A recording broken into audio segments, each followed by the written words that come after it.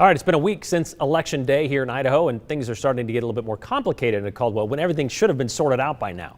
Election night, it became clear no candidate for Caldwell mayor would get the required 50% majority vote to win, meaning it would have to go to a runoff between the top two candidates.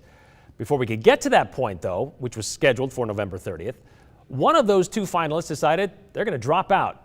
Should be a simple equation, right? Not really. And the move even created some more questions out there, like does the third place winner then just get bumped up into second place, therefore they qualify for the runoff, all kinds of things. Well, the City of Caldwell is trying to work this out, straighten it out, because, well, there's a lot of questions that we had about this as well, Joe. For example, it is a unique situation. We've heard of coin tosses going in to decide who wins an election because things are so tight. This one's a little bit different, a lot different. Well, you could say, Brian, the whole thing is unprecedented, because that's what we do now. Everything's unprecedented. Everything is. But long story short, we're all going to find out how this is going to play out together. And Brian, in the 2C, things definitely took an interesting turn. Here's what we know. Mayoral candidates Jerome Wagner, and John McGee. They were the top two finishers on Election Day, and they were scheduled to participate in a runoff election at the end of this month. Now, under Caldwell City ordinances, there's supposed to be a declared winner in the mayor's race, and the winner is supposed to have 50% of the vote, and because no one did, then they go to the runoff election. 47% versus 22%. Right, which is exactly what Wagner and McGee planned to do. So they were going to go to the runoff, but earlier today in a statement posted to Facebook,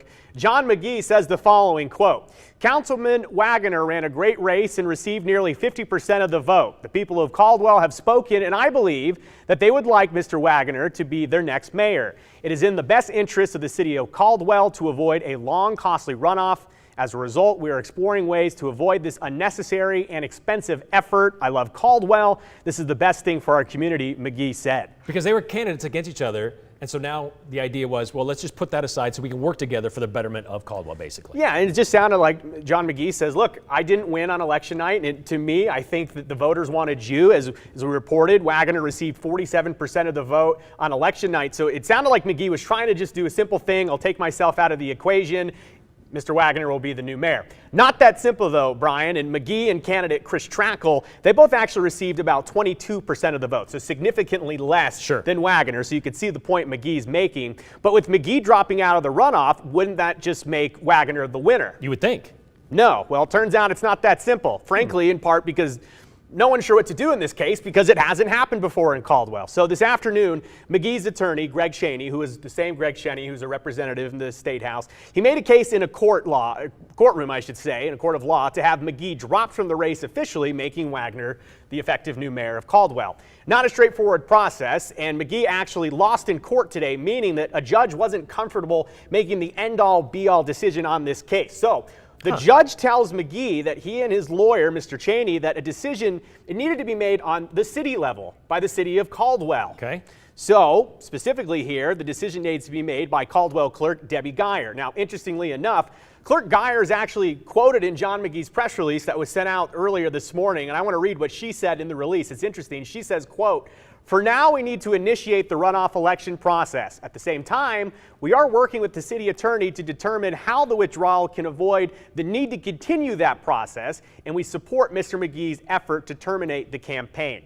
So you can see a lot of people are on the same page here, but legally you have to figure out how it works. So the situation we're in here is that the City of Caldwell clerk could make a decision to allow McGee just to drop out of the race. They would effectively declare Mr. Wagner the winner and the new mayor of Caldwell. No need to spend any money on a special election, printing extra ballots, having staff. No need to do that.